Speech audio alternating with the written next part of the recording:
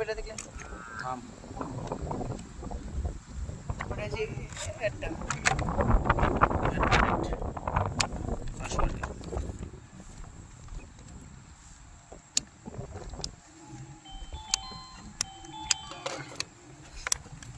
তোর বেটা ফোন দিল নাকি দেখ